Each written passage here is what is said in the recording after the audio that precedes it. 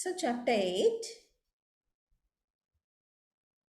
So, in this chapter, we learn about the impact of the tannery on the lives of people. And we read uh, about the lives of villagers and how Kunti's son started to work in the tannery, and then what happened to Janaki's family, and also sprawling growth of the tannery. So, in short, how it changed the lives of people in the village. Okay, so let's move from the beginning and look at what is mentioned here. Kunti's two eldest sons were among the first in the village to start work at the tannery, and between them they brought home more than a man's wages. Right, so can you mark this? Kunti's sons among the first in the village to start work at the tannery, and then the fact that they bring money home, they brought home more than a man's wages. So we can see that tannery on one hand opened another avenue for the village youth, and so far we know that village youth actually they turned to the land. They became farmers and they took after their fathers. Their fathers were farmers, so they also returned to the land. But now, with the uh, coming of the tannery into the village, we find that uh, village youth started to find work in the tannery, and then it provided them a chance to earn money. So one example is there. Okay, so you can write it there. That is, village youth found work at the tannery that enabled them to earn money.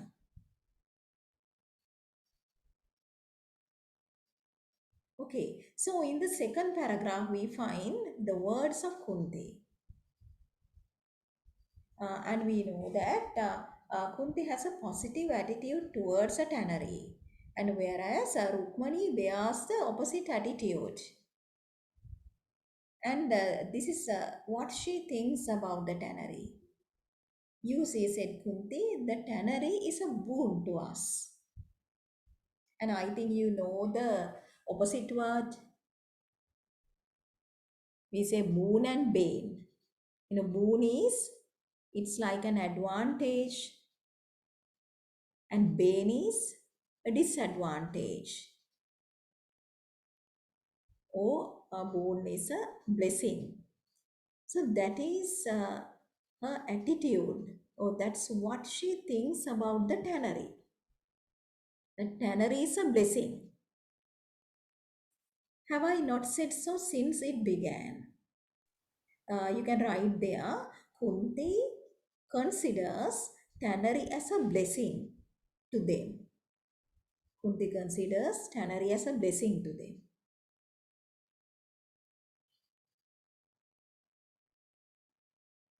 Have I not said so since it began? We are no longer village either, but a growing town. So here we find a social change also. Now how that village started to change. And that is actually under the impact of industrialization and urbanization, modernization. So it has become a town, growing town. Does it not do you good just to think of it? Indeed, no, said I. Oh, it is even as I said, and our money buys less and less. So she speaks about inflation, cost of living, very high cost of living. that our money buys less and less. You can underline this. And also underline the tannery is a boon to us.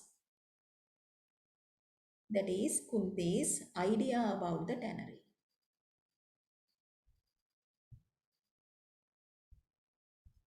But Rukmani thinks in a different way. Our money buys less and less as for living in a town. If town this is, why there is nothing I would fly from sooner if I could go back to the sweet quiet of village life. Can you underline sweet quiet of village life? So it is clear that she loves a very calm and quiet village life. She does not like to live in this busy, dirty, noisy place. It's a sweet, quiet of village life. And then she has nostalgia for the lost, beautiful, quiet village. You know, nostalgia is you are yearning. You yearn to go back to something that is lost, something beautiful, something really nice that is no longer is present now. Okay, you can write there nostalgia. Nostalgia. Rukmani's nostalgia for the past, uncomplicated, uncomplicated, quiet and beautiful life.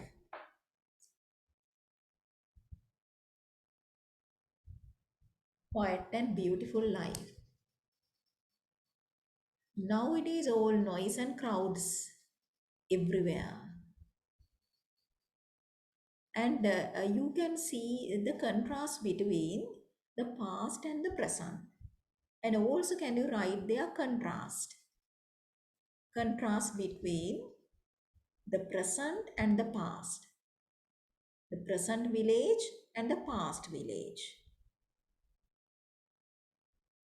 And Rukmani likes the past village better than the present village.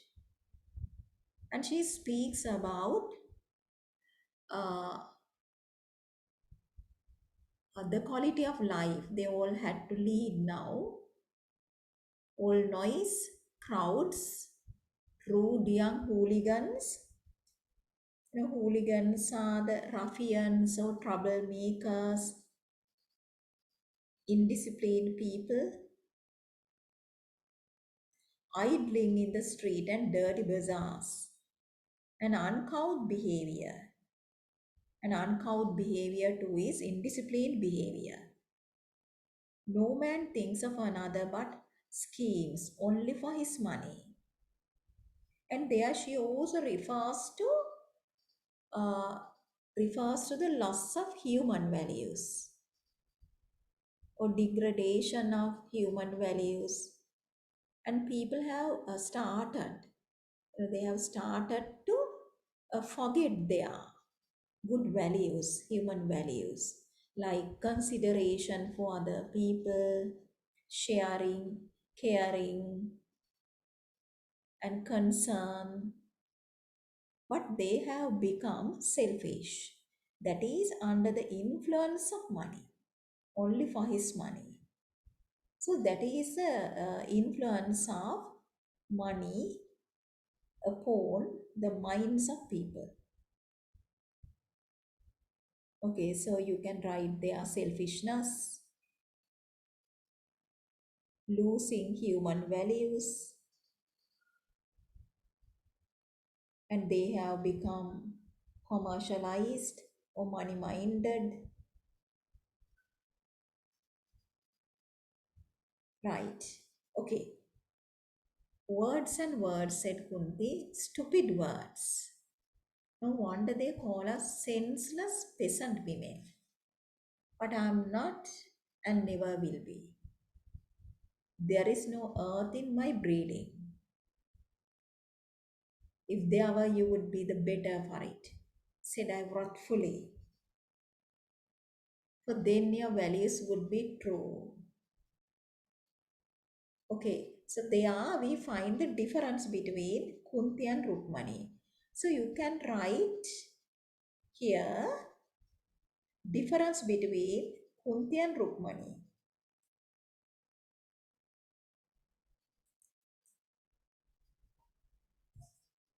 And right there, Kunti acts as a foil. Kunti acts as a foil. Foil Foil.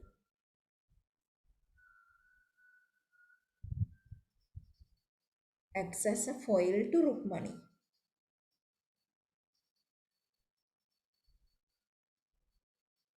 And acting as a foil means that she is different and she is the opposite of Rukmani. So therefore, Rukmani's good qualities are highlighted. Good qualities are highlighted more, right? So we can see both characters, right? They are juxtaposed and they are set side by side, and we can see their attitudes are different, their ideas are different, and their characters are different, their qualities are different.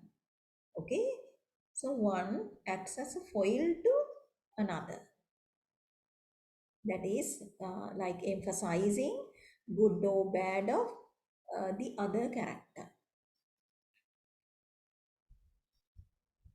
right? Mm. Then let's move on to this.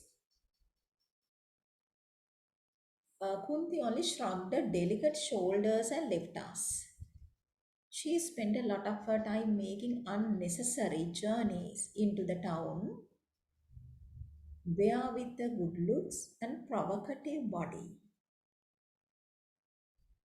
she could be sure of admiration and more from the young men.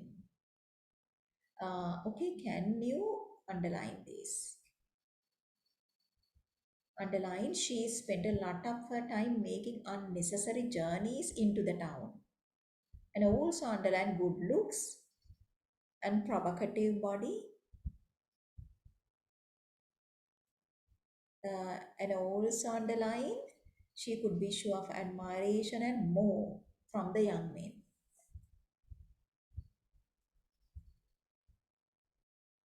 So it is clear that she wanted to display her beauty, an attractive body, and then get the attention of the opposite sex.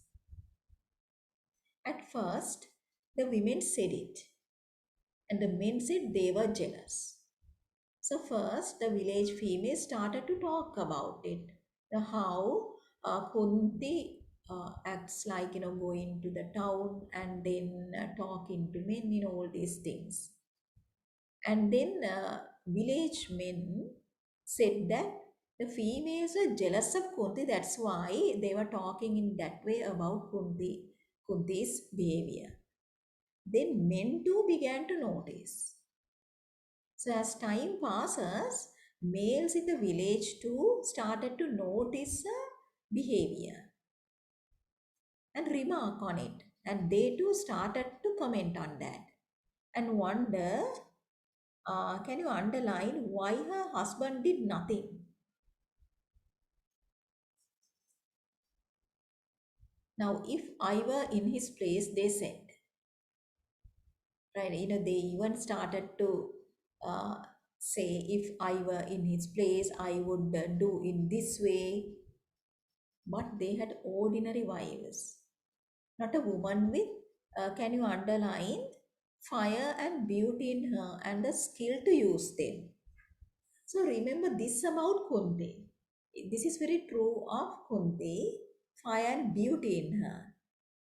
That is, Kunti is very provocative and then beautiful and a passionate woman. And she knows how to use beauty, attractive body to her advantage.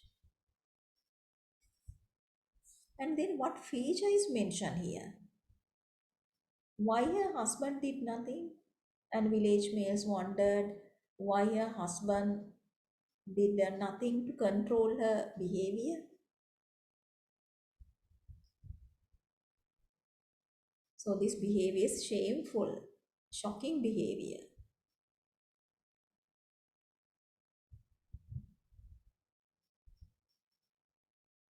So we find male domination there. And this is the typical behavior of Indian males.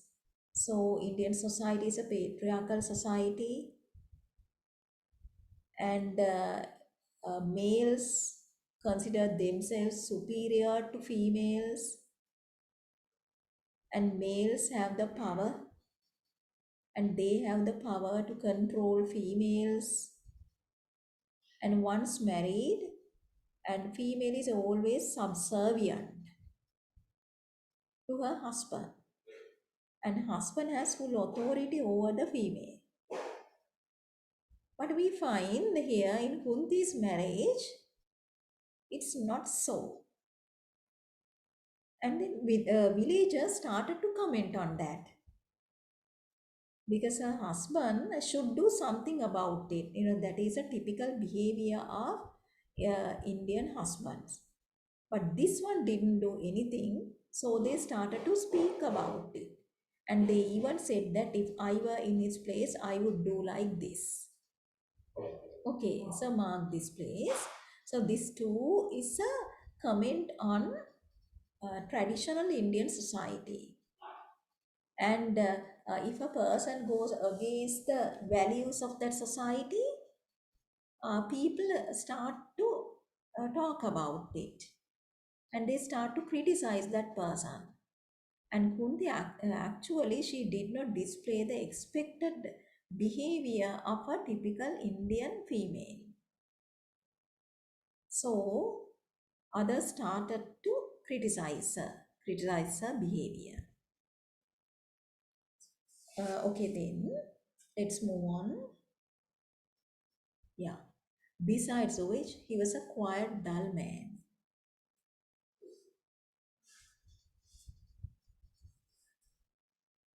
Let her be, said Janaki. She's a trollop, and is anxious only that there should be a supply of men. And trollop is a vulgar woman, immoral woman, right? Bad woman, a vulgar woman, immoral woman, a woman with a bad character, a notorious female.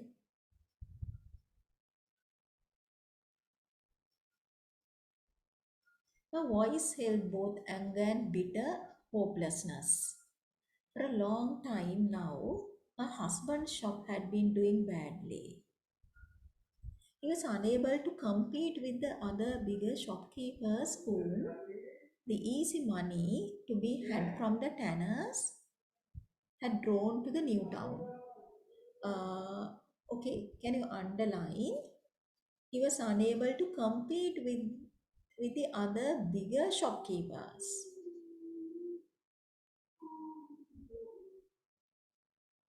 Right.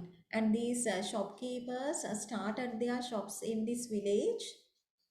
Now it's a growing town because tanners came to the village and they settled down in the village with their families, and they have more money than the villagers. So therefore, shopkeepers knew that they could sell their things to these tanners. So they too were attracted, realizing that if they start their shops in the village in this growing town, and they can get a good profit. So they started to come into this growing town, and they started their shops there. And as a consequence, we know that Janaki's husband he had only shop in the village, and it was doing badly because he could not compete with those bigger shopkeepers. So after that, we find the fate of the whole family. Right? This is a yet another social change the village had experienced.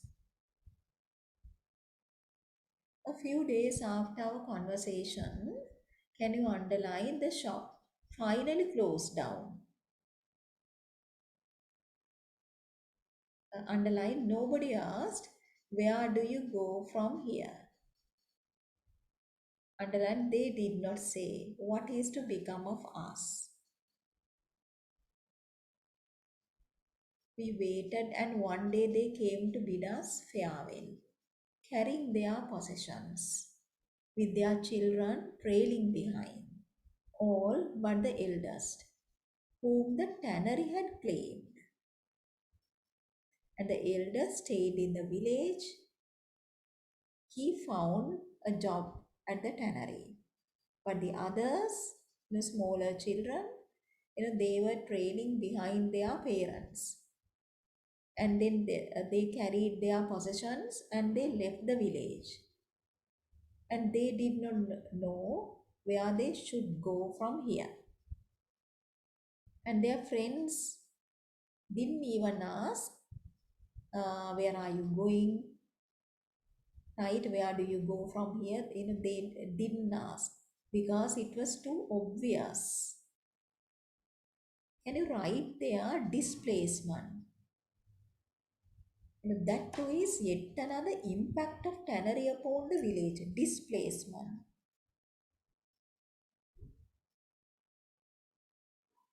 So the villagers are displaced. They have lost their, some of them have lost their livelihoods, traditional livelihoods, and they have lost their places, and they have become vagabonds like gypsies. So they had to move from village to somewhere else.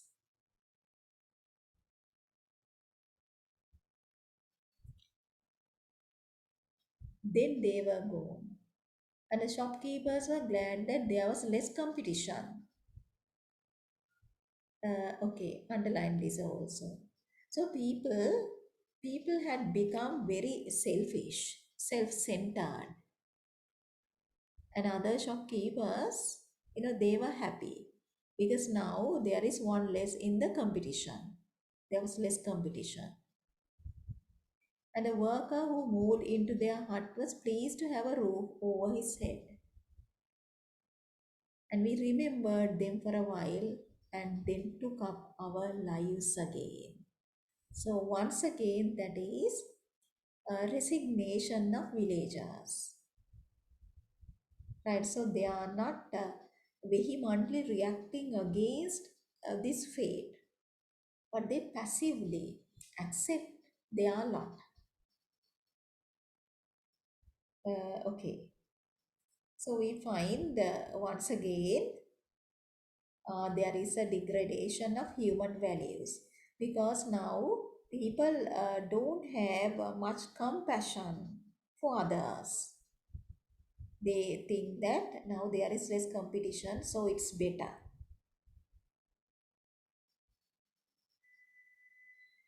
Then move on to the next paragraph. It is a great sprawling growth, this tannery. It grew and flourished and spread. And look at the use of the words. Great, sprawling, grew, flourished, spread. Right? So we get the impression of the rapid expansion of the tannery, growing, flourishing, spreading. Not a month went by, but somebody's land was swallowed up. Another building appeared. Okay, right. So what is a technique used here? Somebody's land was swallowed up.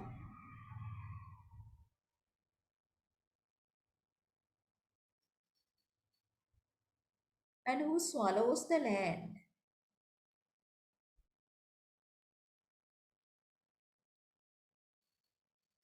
So tannery swallows the land of others, land of villagers.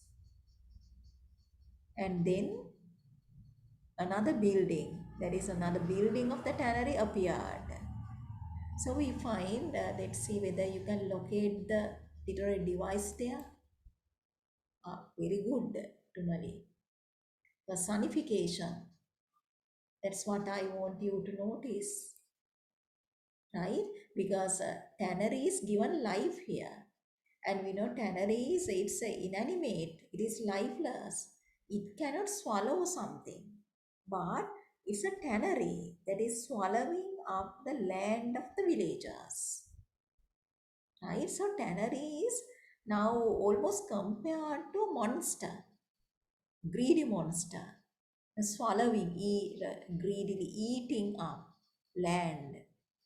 So another building appeared. So you can write there personification. Night and day the tanning went on. A never ending line of carts brought the raw material in. Once again, another question, what is the technique there? Literary device. Never ending line of carts.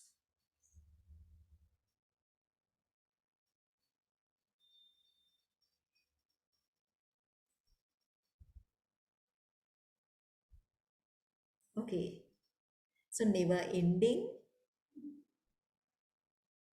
hyperbole is there, exaggeration.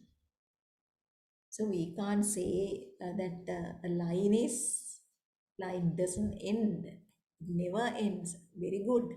Hyperbole, hyperbole or exaggeration, never ending line. Right. Okay. So what is referred to here? Night and day the tanning went on. A never ending line of carts brought the raw material in. Thousands of skins, goat, calf, lizard, and snake skins, different types of skins, and took them away again, tanned, dyed, and finished. It seemed impossible that markets could be found for such quantities, or that so many animals existed. But so it was, incredibly. So the growth of the tannery is presented through the point of view of Rukmani, who's a village woman who's not used to these things. So we find increased production or mass production or large scale production. You could even say macro production. So this is a massive social change, right? And also we come to know how animals in that country may have affected, right, for their skins. They might have had to sacrifice their lives. They were killed for their skins, like goat, calf. Not only that, wild animals as well, lizard, snake. Okay, right? So increased production. Oh, large scale production is there. So night and day it continued. It went on and on. Right. And also we can see that tannery's presence is a hostile presence, like in a swallowing up and then chasing away the villagers and occupying their land and huts and destroying wildlife as well, and then filling the village with noise, a noise and business is there. Okay. Right. So finally, Rukmani ended up this with incredibly.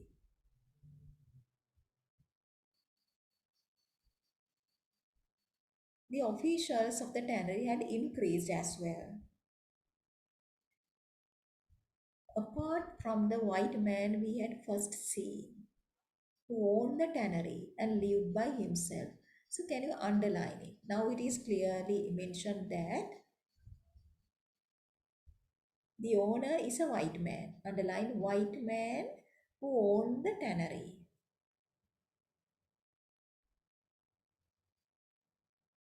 There were some 9 or 10 Muslims under him.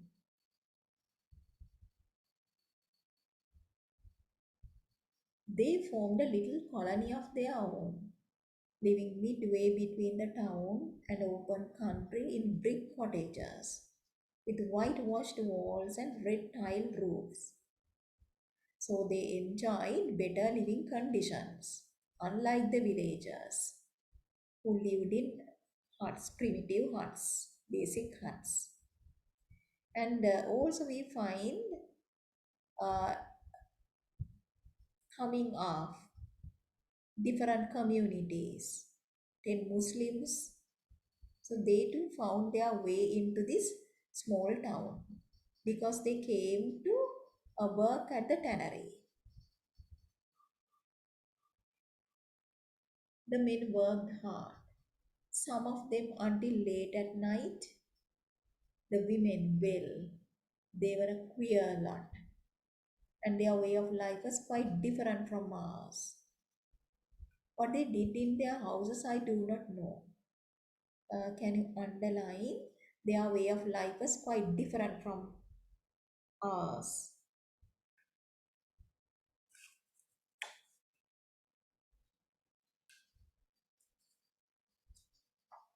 But they stayed mostly indoors, so if they went out at all, they went veiled in burqas. Right, this is a local term, burqas. It was their religion, I was told. They would not appear before any man but their husband. Sometimes, when I caught sight of a figure in voluminous draperies swishing through the streets under a blazing sun, of a face peering through a window shutter, I felt desperately sorry for them,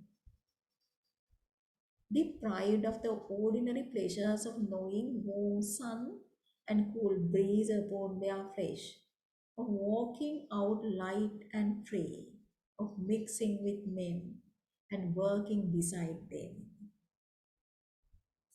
Right, so you can write there different people or different communities entered the village.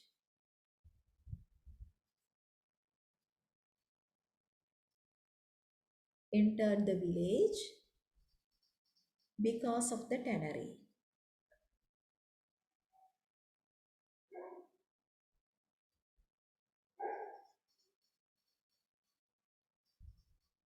Also right there, Rukmani thinks of the difference. Rukmani thinks of the difference. Difference between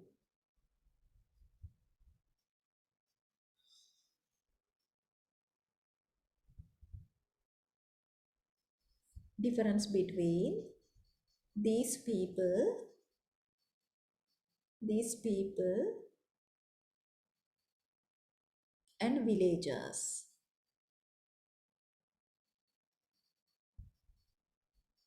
And we know villagers are very hardworking people, and they are farmers, mostly they are farmers, so they had to work outdoors a lot. So Rukmani actually cannot even think of a life without being outside, without being exposed to warm sun and then cool breeze. Okay, and then they were talking about the life of the Muslim female. And then Kali said that they have their compensations. Compensations That is, they have their rewards, because to live like that, you have to sacrifice something, right? And so, as a reward, they get something like comfortable life. They don't have to worry about their food and then other things. So they enjoy a good lifestyle, favorable conditions, life conditions. So they further talk about it. It's an easy life with no worry for the next meal and plenty always at hand. And once again, we see the difference between poor villagers and these people in a Muslim community. So they don't have to worry about the next meal, especially females. And then plenty always at hand. And then Kali is of the opinion that it's better to wear burqa and walk veil for the rest of her life than worrying about the next meal. But anyway, Rukmani wears a different idea. She says for a year, perhaps not forever. Who could endure such a filtering of sunlight and fresh air as they do? Right. So Kali's husband intervened and then put the last word.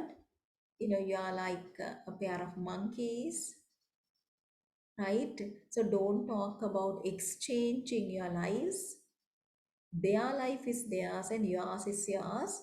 Neither change nor exchange is possible. And after that, in the last para, we find uh, one of Rukmani's very close encounters with a Muslim female. And she narrates how once she went inside one of these houses and a woman there wanted to buy some vegetables. So she was asked to come inside. The woman did not come out to buy vegetables, but Rukmani was asked to come inside. So she came inside. And after that, she removed the veil and selected what she wanted. So Rukmani was taking in everything, all the details like her complexion and her beauty, and how tender that female is, and then how rich she is. Fingers were laden with jewel rings, any one of which would have fed us for a year. So there we find the gap between the rich and the poor, right? So there's a huge gap between people like Rukmani and Nadan and other villagers, poor villagers, and these people, who enjoy a better life due to what they earn, right? They are rich enough, and the females have jewelry, like jewel rings. Okay, so you can also write there social inequality or social disparity.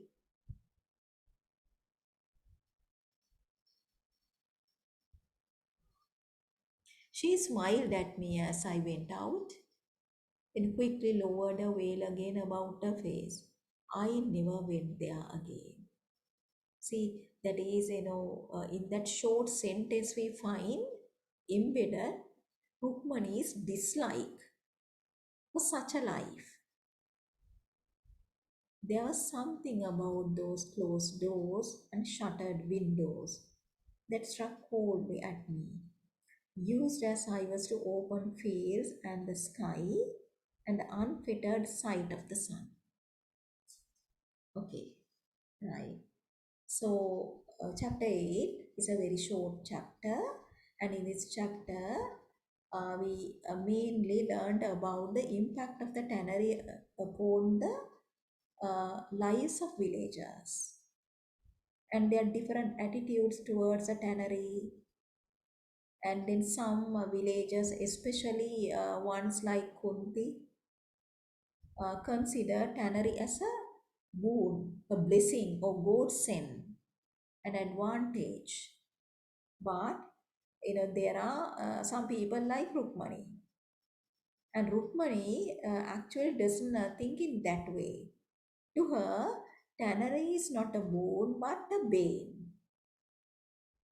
And then she is conscious of the negative impacts of the tannery upon the villagers and the village.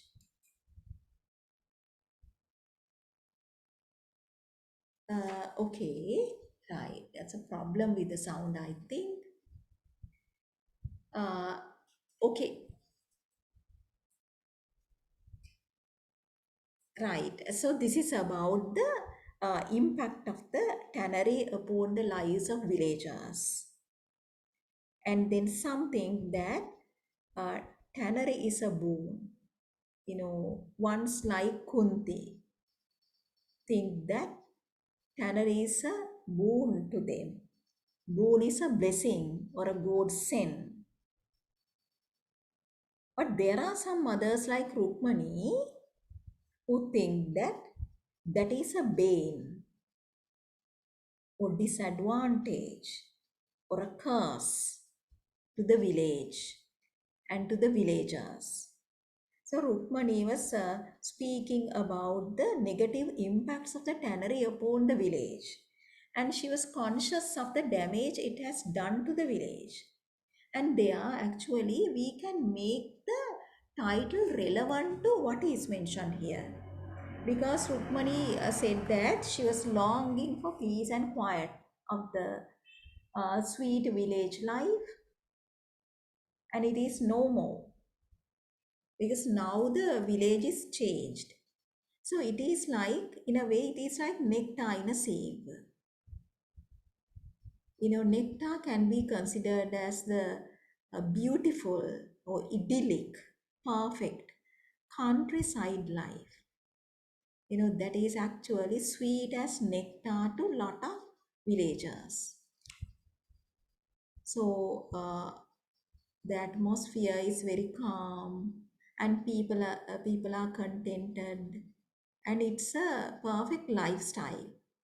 But that perfect life is destroyed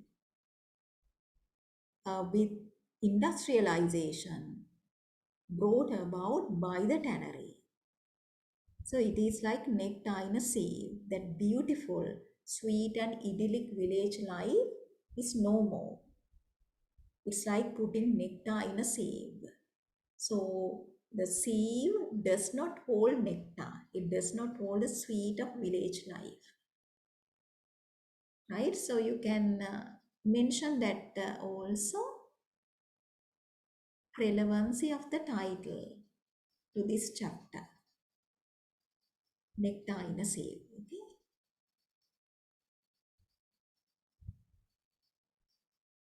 Then shall we move on to chapter 9? In chapter 9, we find something, another change, right? And this time, this change affects Rukmani and her family at a very personal level. And Rukmani's daughter comes home. But of course, actually, she's returned like a discarded good. She's returned to her family. Okay, so chapter 9 is mainly about it. Shall we look at it? So, here and there, I will be skipping some lines, and this is very descriptive.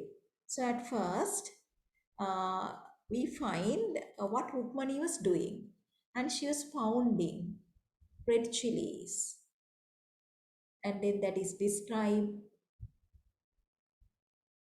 and the smell of chili powder, right? And she says that is a pleasant, hot, and pungent. That is a very strong smell.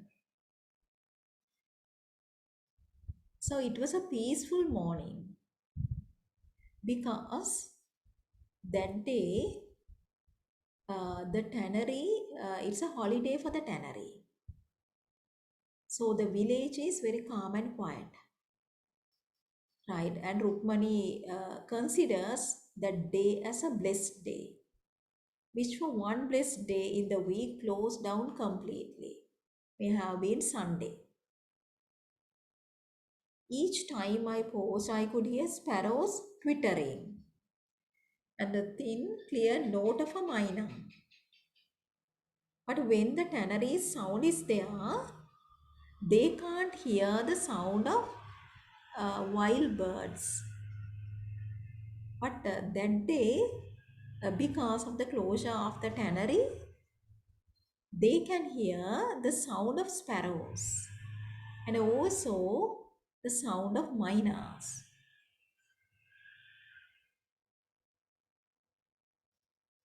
And next we find, okay, so if you can't hear me well, please let me know.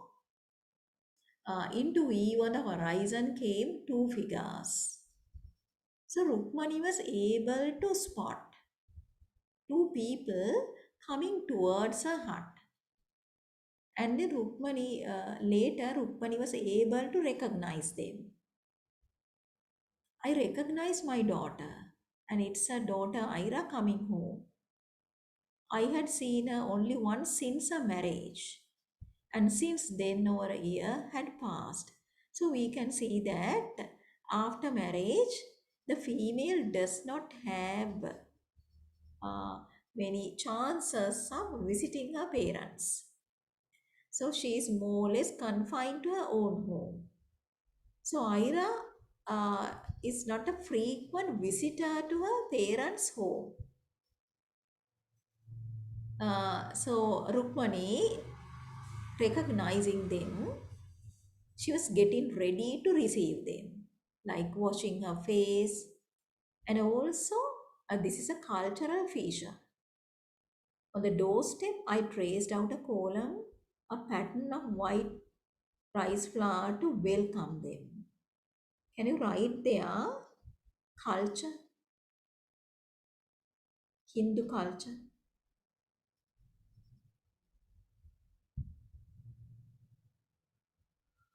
That is one of their customs. Like drawing that column or pattern of using white flour.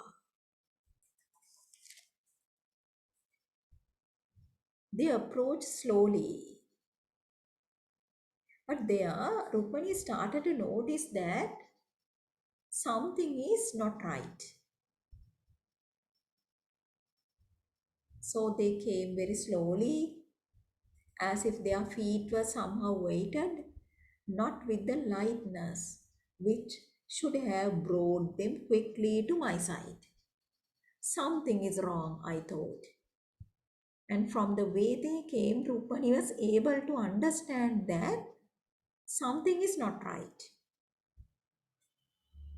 Young people should not walk thus. And when I saw their faces, the words of welcome I had ready died unuttered. Can you write there? They appear troubled. They appear troubled.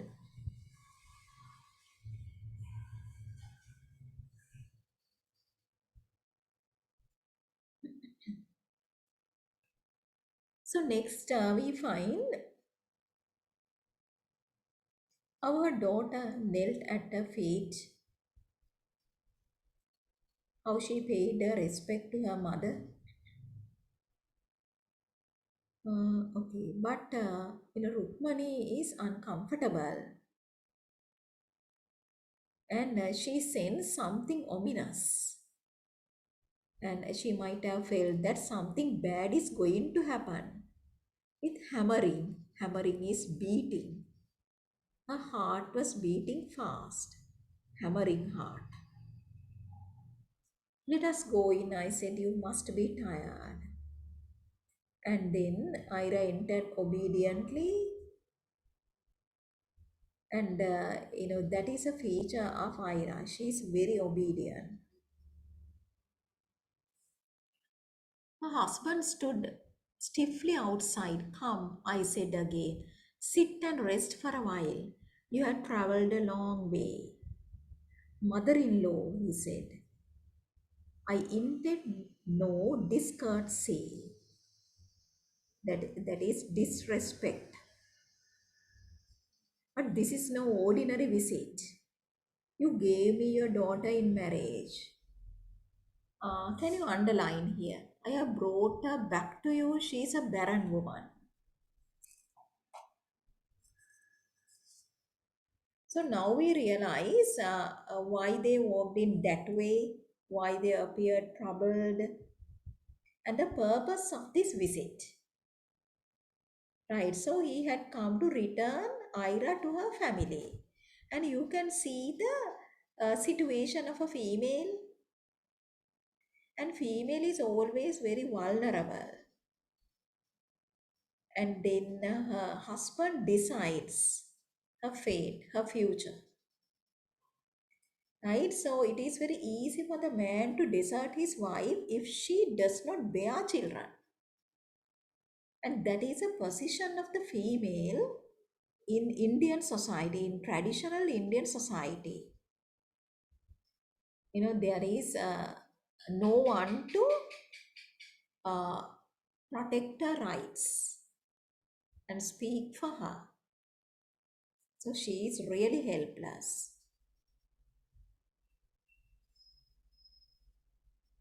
You have not been married long, I said with dry lips. She may be as I was, she may yet conceive. Then can you underline, I have waited 5 years. And then, he continued, she has not born in her first blooming. Who can say she will conceive later? Can you underline, I need sons.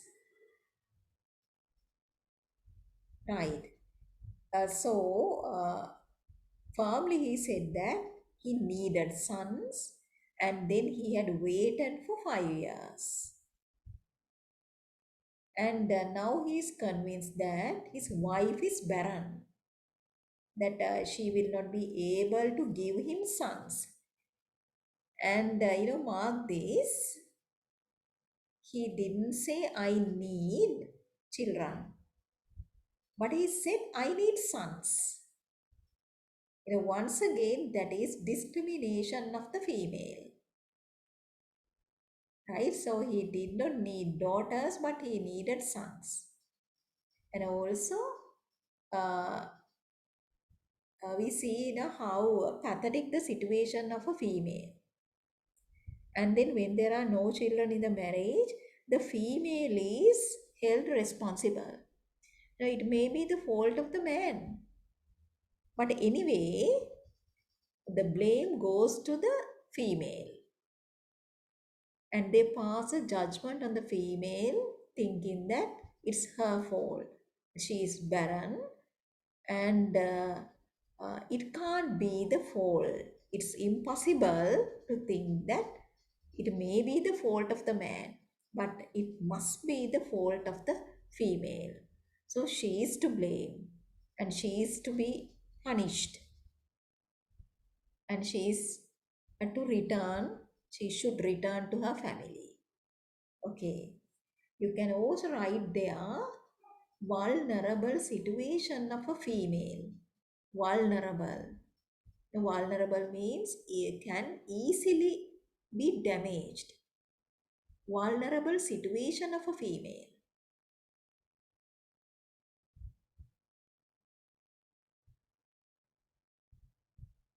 And also you can write plight of the female in a patriarchal society. Plight of the female. in a patriarchal society, patriarchal, we say Pitru Mulika, or male dominant society.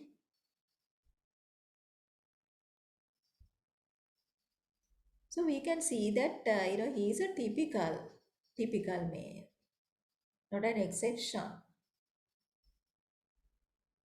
So he behaves like any other male in that society. I summoned Nadan from the fields. The tale was repeated. Our son-in-law departed, as easy as that. So he got rid of his barren wife as easy as that. I do not blame him, Nadan said. He's justified. Okay, can you mark this also? I do not blame him. He's justified. For a man needs children. He has been patient, right? That is the typical male attitude. And male is never to be blamed. And his actions are always justified, right? So man needs children. And also Nadan too, even though Nadan is a father of Ira and they are the ones who are affected, now the girl is returned to the family, right? And then she is a burden. How can they find another husband for Ira? And she has lost her dowry also and they are poor. But anyway, Nadan didn't want to blame his son-in-law, but he's justified his behavior, right? And also he has been patient. Can you write here passive acceptance? Passive acceptance of their lot. So that is a passive acceptance of their lot.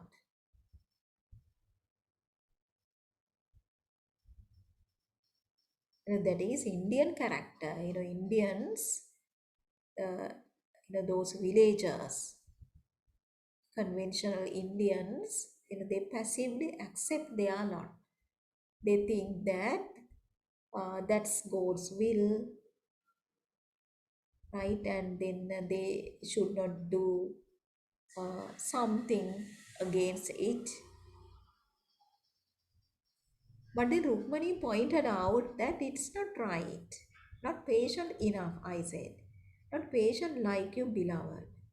And Rukmani compared son-in-law with Nadan.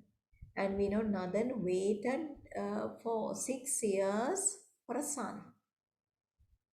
And their first child is a girl. And after that, Rukmani was unable to bear children.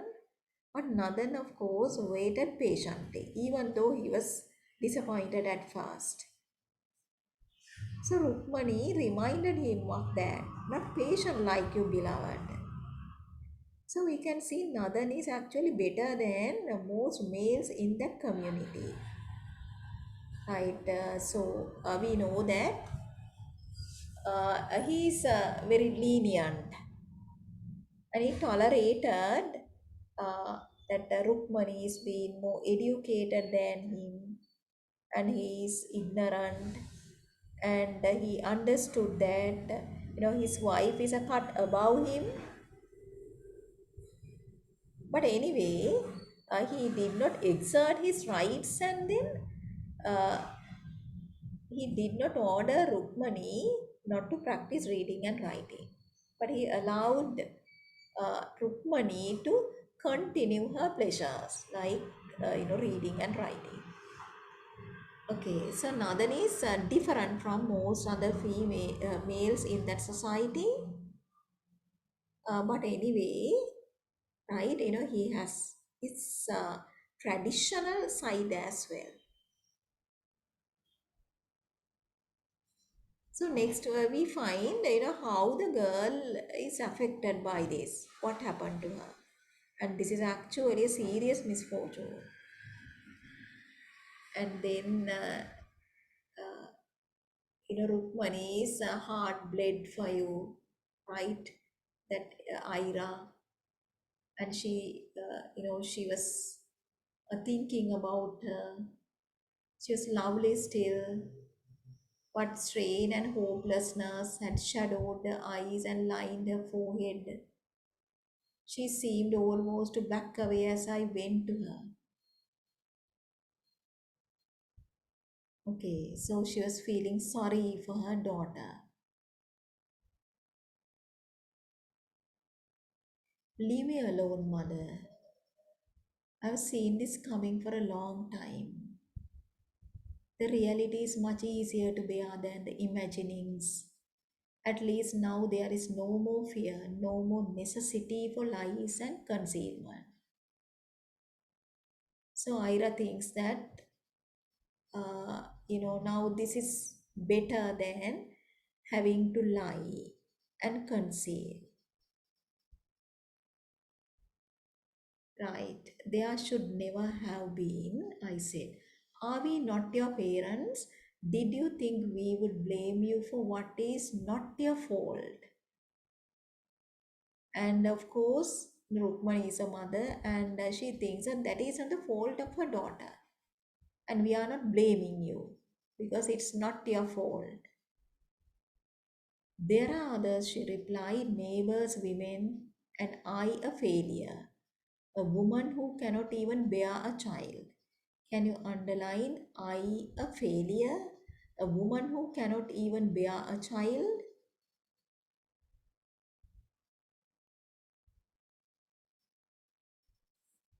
Right, those are the trials and tribulations of a female's life.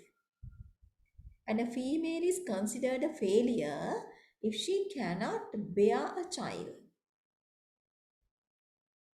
Okay, and then she speaks about social opinion,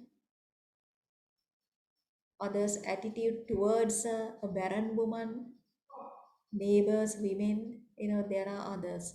And she said that it's very difficult to bear. All this I had gone through, the torment, the anxiety. Now the whole dreadful story was repeating itself, and it was my daughter this time. Right. So, with a shock, Rukmani realized that history is repeating itself. Now, what happened to her is happening to her daughter. And Rukmani suffered similarly in the same way, right? Anxiety, anticipation, mental suffering, fear. But now her daughter is the one who experiences what was earlier experienced by mother. Hush, I said. Then can you underline? We are all in God's hands and He is merciful. That's their faith in religion. We are all in God's hands and He is merciful. There is uh, nothing like, going to courts or going to the law, right? So there is nothing like that, but they passively accept their lot, and they try to console themselves by thinking that that's God's will.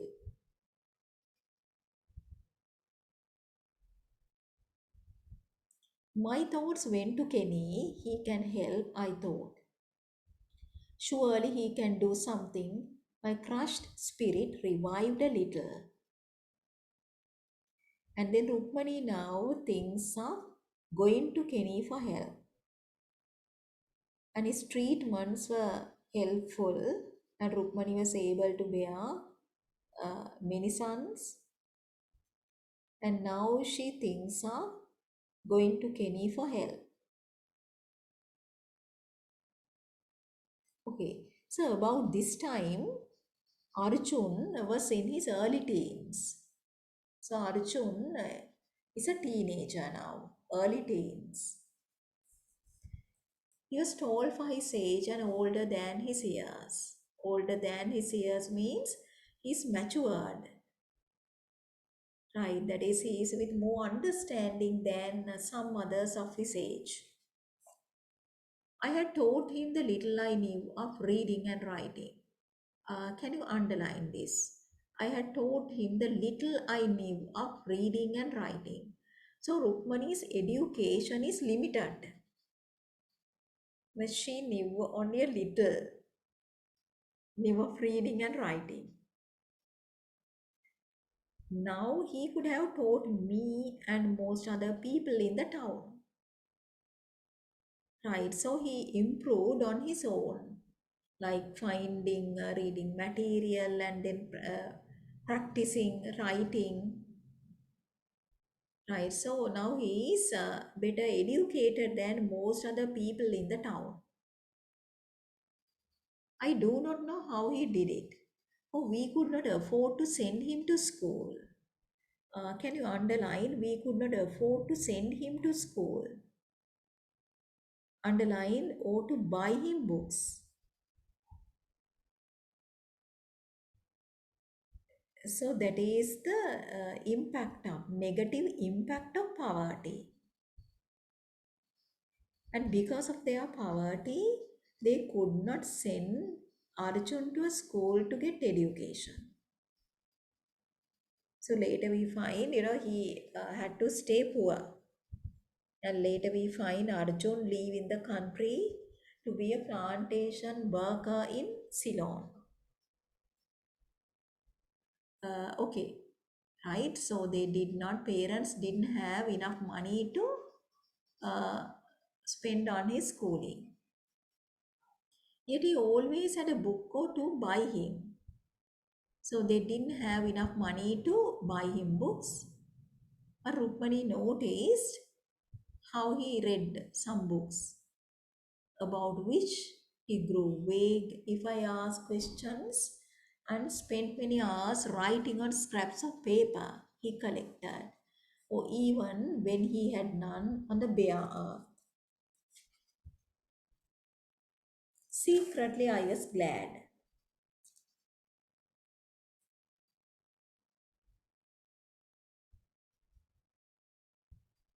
For I saw my father in him. Although sometimes my husband worried that he showed no inclination for the land. Can you underline? My husband worried that he showed no inclination for the land. Inclination is no liking for the land. That is, he did not want to be a farmer like his father. But when one day he told me he was going to work in the tannery, I was acutely dismayed. Can you underline? Underline he was going to work in the tannery. But his mother is disappointed. She was dismayed. It seemed it was going to be neither the one thing nor the other, neither land nor letters which was to claim him. And Rukmani thought that either he would be a farmer like his father or he would become an educated person. Right, but she didn't want to think about her son working in the tannery. You are young. So she tried to discourage him from seeking employment at the tannery. So she started to reason out. You are young. I attempted to dissuade him. Dissuade is discourage. Besides, you are not of the caste of tanners. What will our relations say? And we know Rukmani comes from a better family. And there is a vestige or shade of pride in Rukmani's mind. What will our relations say? And also she reminded Arjun that they don't belong to the caste of tanners. right? This caste is important. Even though we don't see much uh, information about caste discrimination, and this is the only place where we find the word caste. Caste of tanners.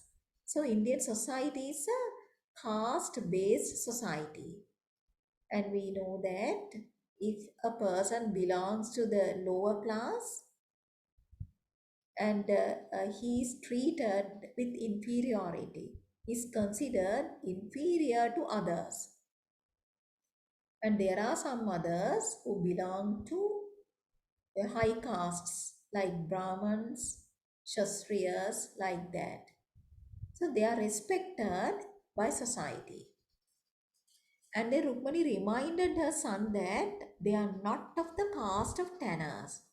And in our country also we find those different castes like Karava, Durava, Navandan, like a caste that turns out jewelry, gold jewelry, that is Navandan.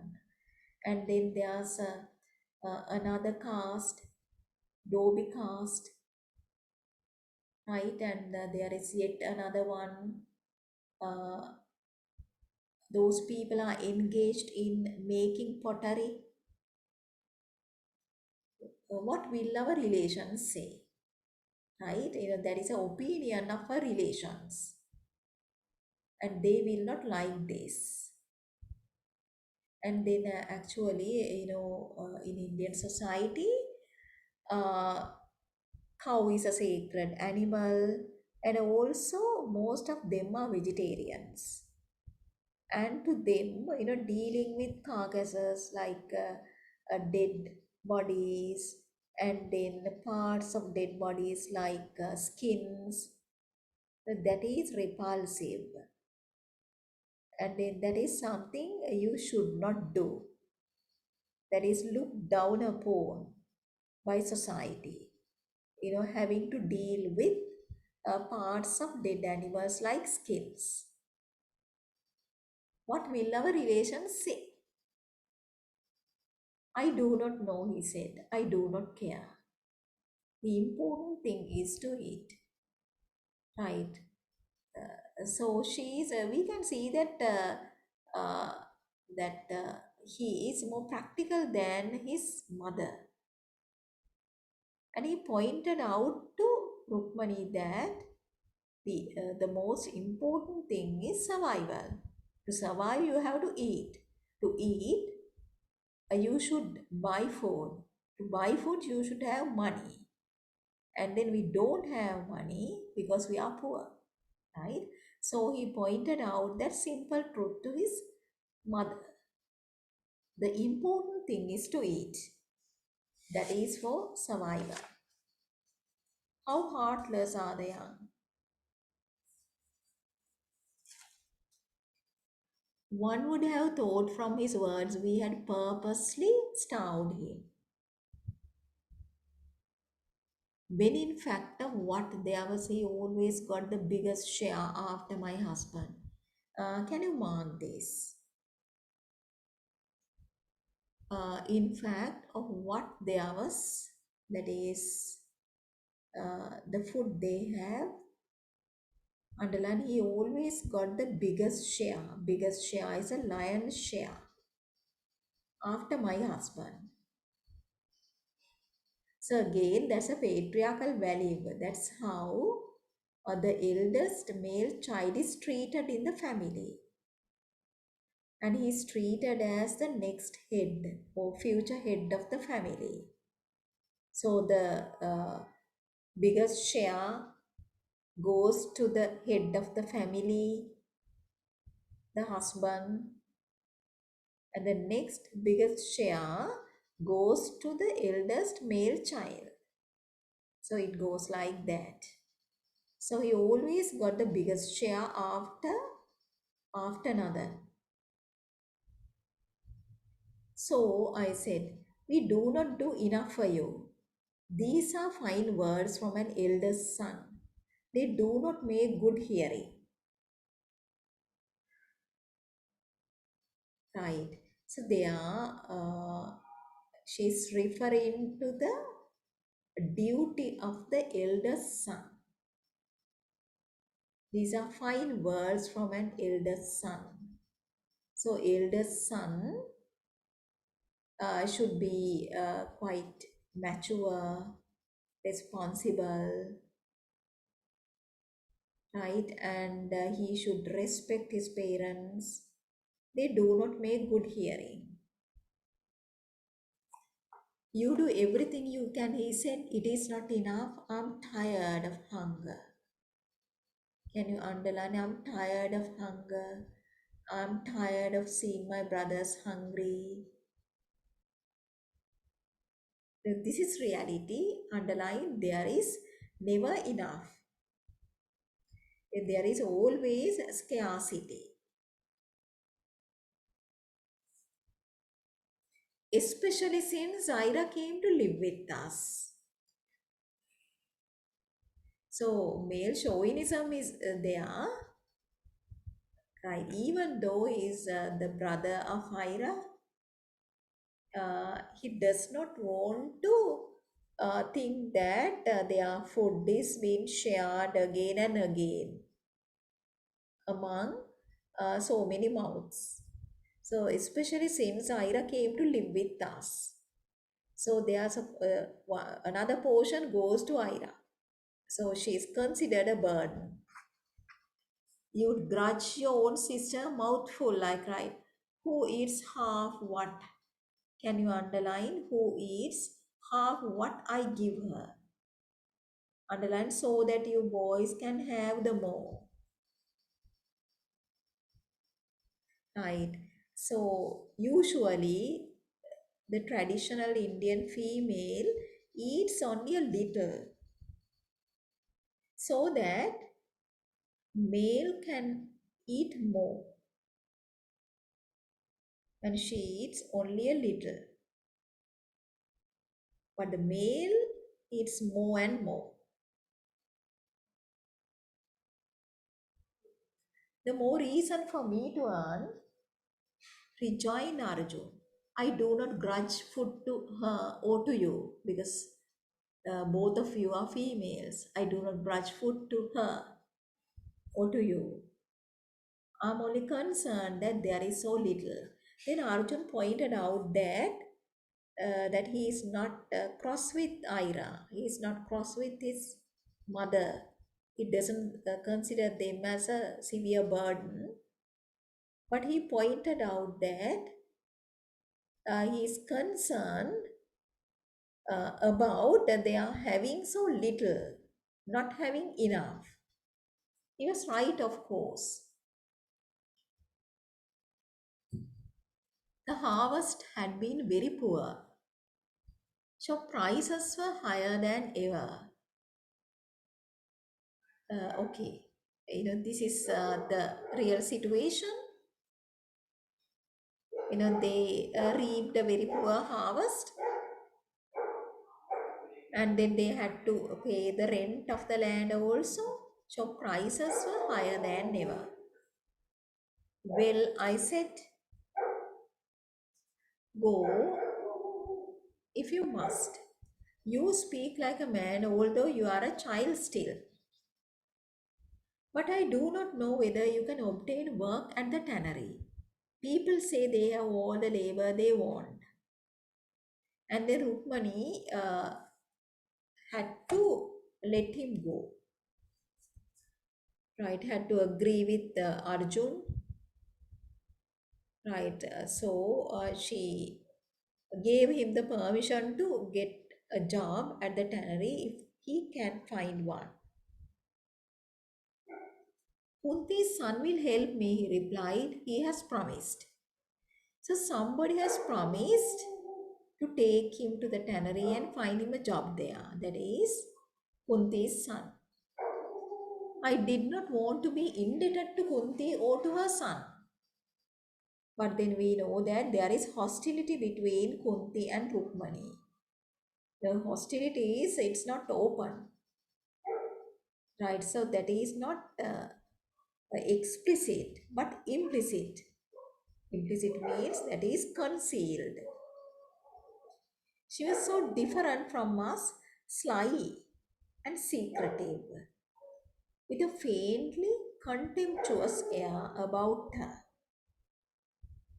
That may be she's somewhat conceited, thinking that she's better than others because she hailed from a town.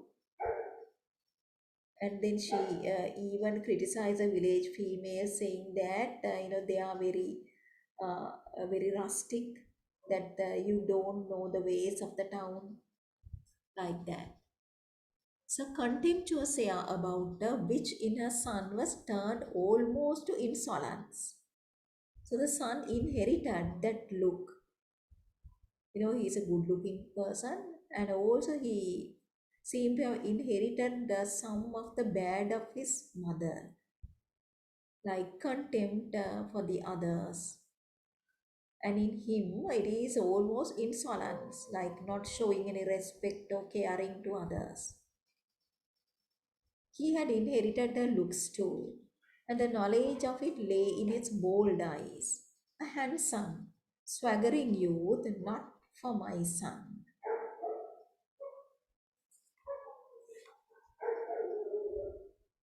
There is no need to go through him, I said with determination.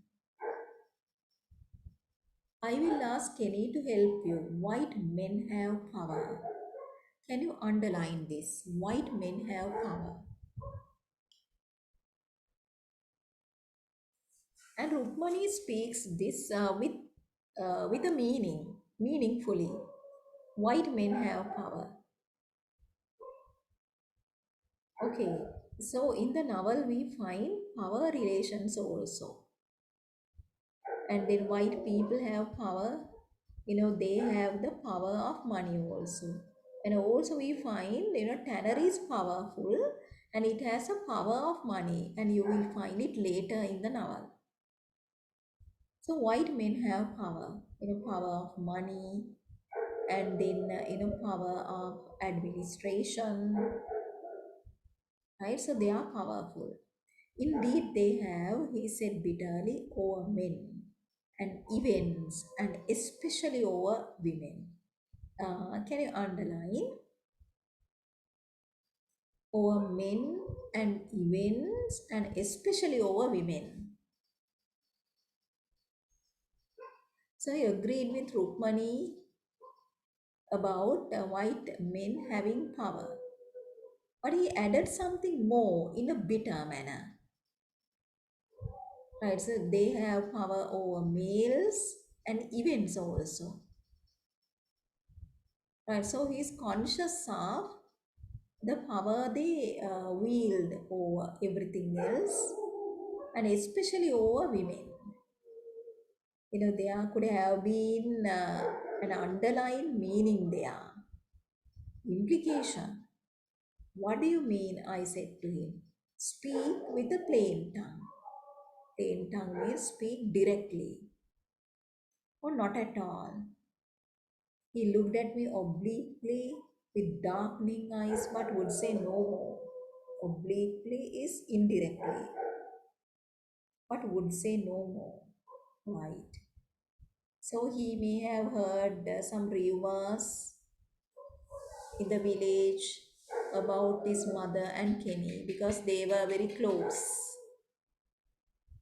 But nowhere in the novel it is directly indicated that Rukmani had such an intimate, physically intimate relationship with Kenny. But anyway, they were very good friends, and Kenny had a concern for Rukmani and her family members. But I would say no more. And after that, we find how he started to work at the tannery. A few days later, he began working at the tannery, and before long, Thambi, my second son, had joined him. The two of them had been very close to each other from their earliest years. And it was not strange that Thambi should follow his brother. Nathan and I both tried to dissuade him, but without avail, that is, without success. So Thambi joins Arjun at the tannery. So first, Arjun started to work at the tannery, and then Thambi too started to work there. So he usually imitates his brother. My husband especially had been looking forward to the day when they would join him in working on the land. Uh, right, can you underline this? That is the wish of every Indian father. Underline, my husband especially had been looking forward to the day when they would join him in working on the land. So that is the dream of the father, right? So he is a traditional father. So he naturally he expects his children, his sons, to follow him. But Thambi only shook his head.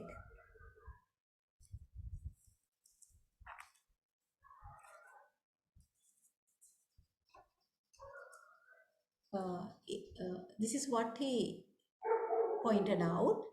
If it were your land or mine, he said, I would work with you gladly.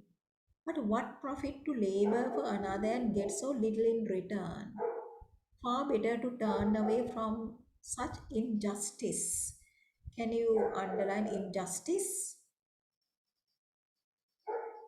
Can you write there? He is aware of injustice.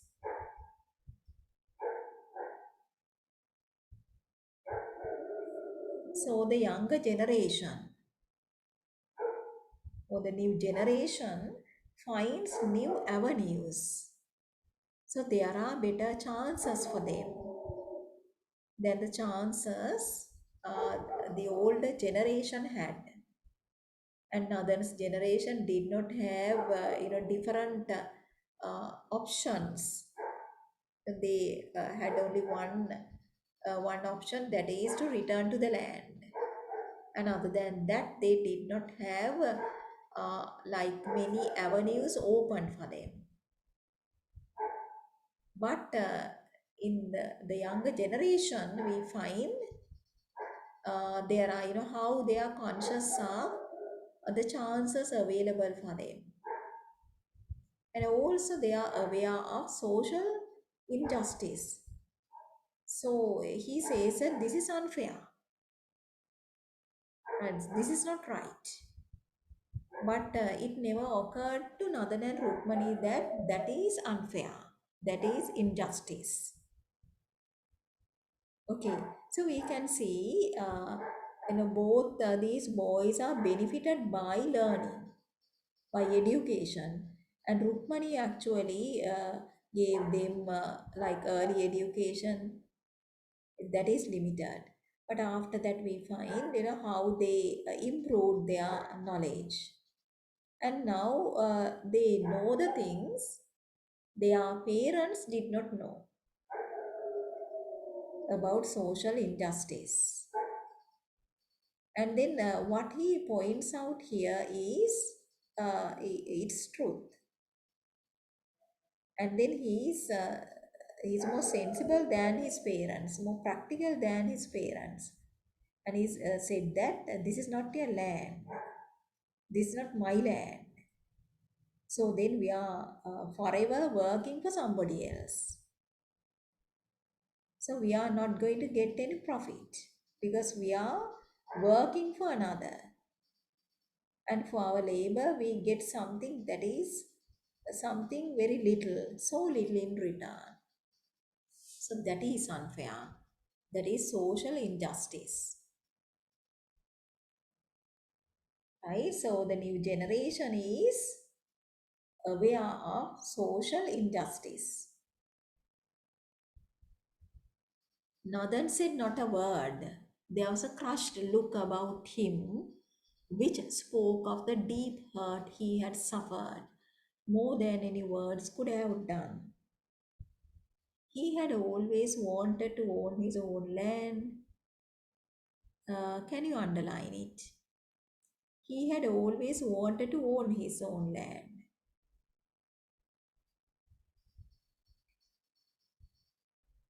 So this was found in the first chapter too, right? And he had a dream of owning his own land and then having his own house, a better place. And he spoke of his dreams to Rukmani. Uh, Through the years, there had been the hope growing faint with each year, each child, that one day he would be able to call a small portion of land his own. Now, even his sons knew it would never be. Like his brother before him, Thambi had found the cruelest words of any. And Rukmani thinks that these are cruel words. But that is the truth. And there's a saying that truth hurts, and he speaks the truth. But however, truth is very bare, and it is unpleasant, and it hurts.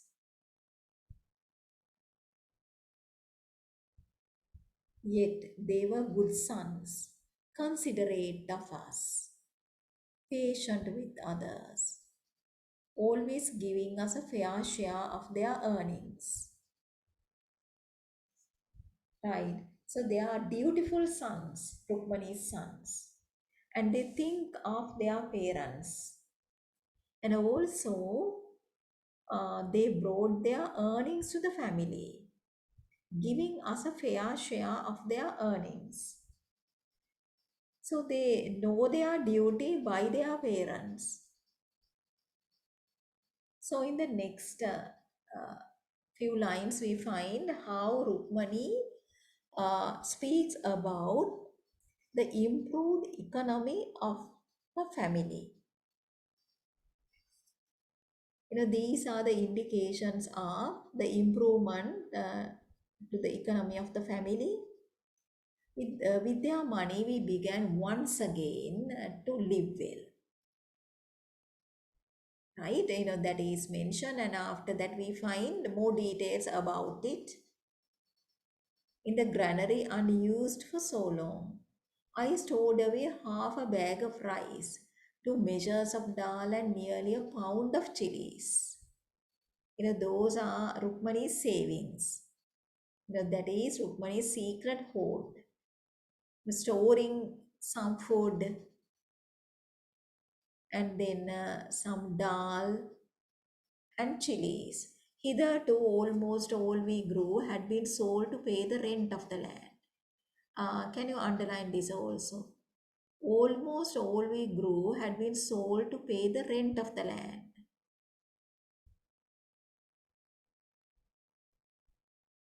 Now we were enabled to keep some of our own produce.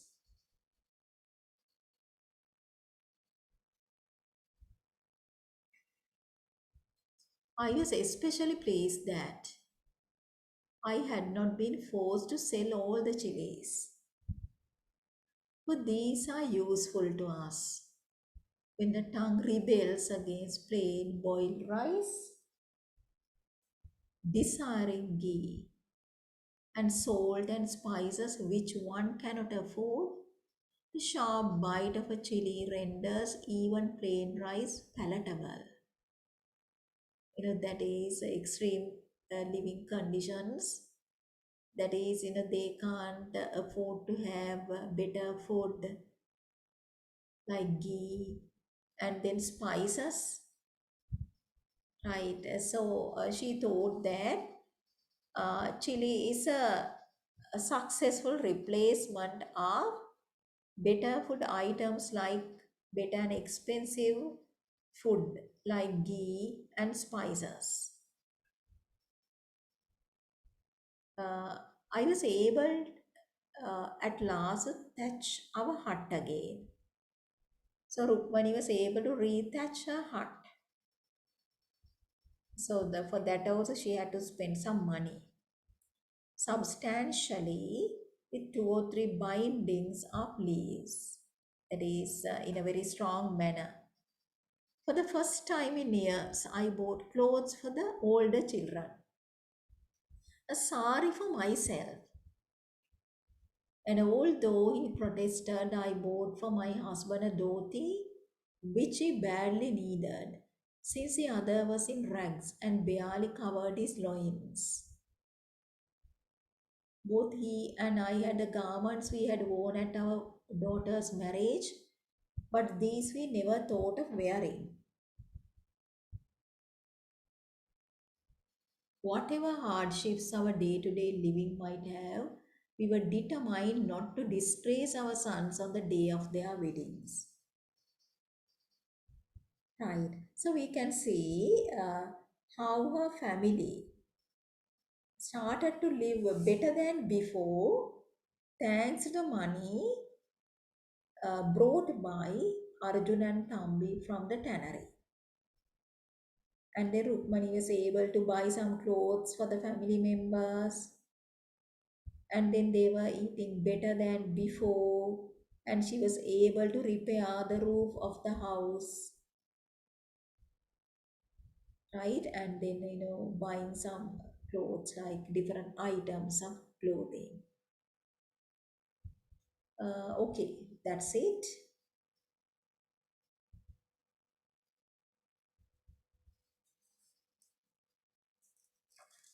So in this chapter we find once again good and bad of the tannery,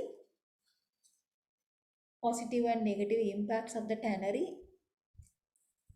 And here, right, at the latter part of the chapter, we find uh, something good about the tannery. And the village youth found, found work there at the tannery, and they were able to bring some money home. And with the benefit of that money, their living conditions improved. They started to eat better than before, and they started to buy something which they didn't have enough money to buy, like clothes. And Rukmani says that for years she was unable to buy clothes for the family. But this year, with the help of that money, she was able to buy clothes for the family. Okay, and then yes, repairing the hut and all these things, right? Then, shall we start this a little bit? Uh, Let me see. We'll quickly go through this chapter. Chapter 10. So I'm not going into details here.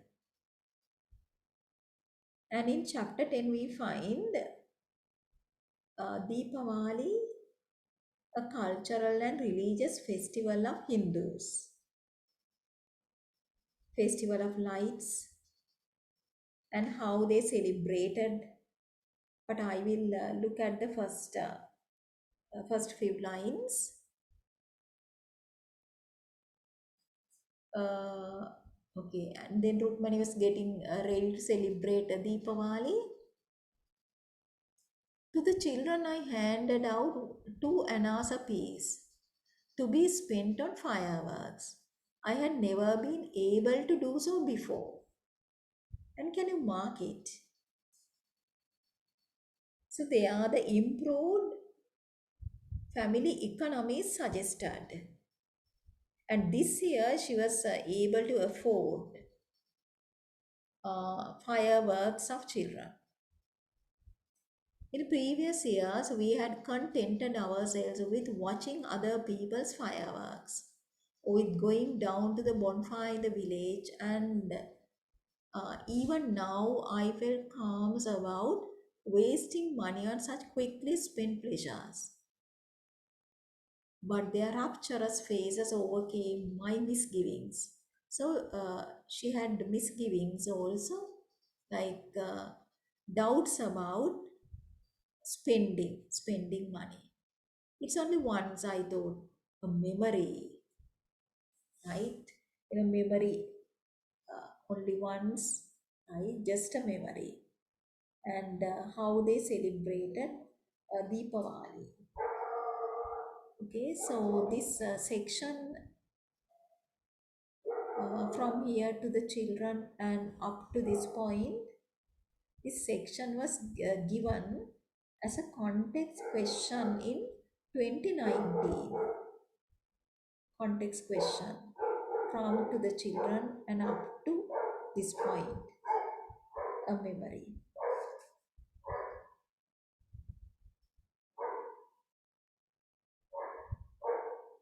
And next we find fireworks, and then others decided to go to the town to celebrate Deepavali and then enjoy uh, watching all these activities.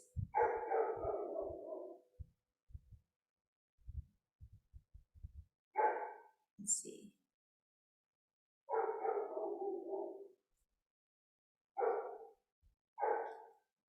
So we walked to the town. So the family went to the town, but Selvam refused to come. He was a stubborn child. I knew it was useless to try to persuade him. Ira stayed behind too, saying she preferred to stay with him. So Rukmani's two children, right, Ira and Selvam, decided to stay at home, but others went to the town to enjoy watching celebrations and fireworks and then other things. I think she was glad of the excuse he provided. Since her return, she had not cared to be seen about, and of course, there would be a large crowd in the town. And then they usually light a bonfire in the village. Okay,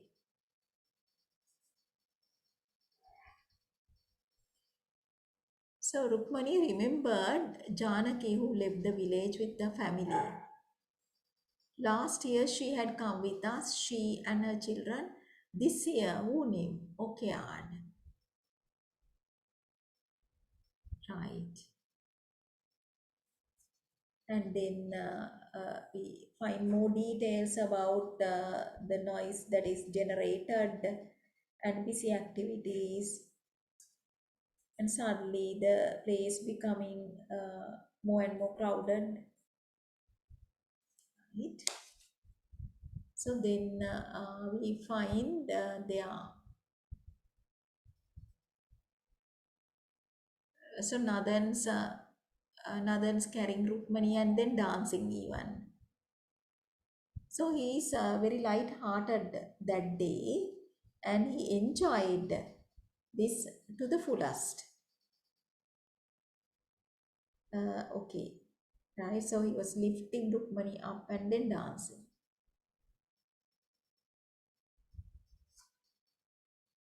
Right then, so after that, so he was singing, he sang loudly and he was in high spirits, and children too were in high spirits, but very soon they were tired.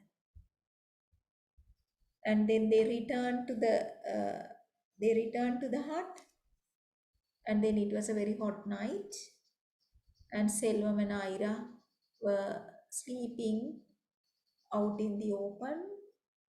And after that, in this chapter, we find the close physical intimacy of Rukmani and Nadan. Okay, right. so that physical intimacy brought forth their last son, Kutili, who is not a very strong child, right? So, chapter 10, so you can reread it, and then I didn't read it that much because this is mainly descriptive and description of the celebration of their cultural and religious festival, Deepavali, and then how those villagers got together, and then lighting fireworks, and then lighting a huge bonfire in the middle of the village, and how they enjoyed. These things are described. Okay, so I think that will do for today.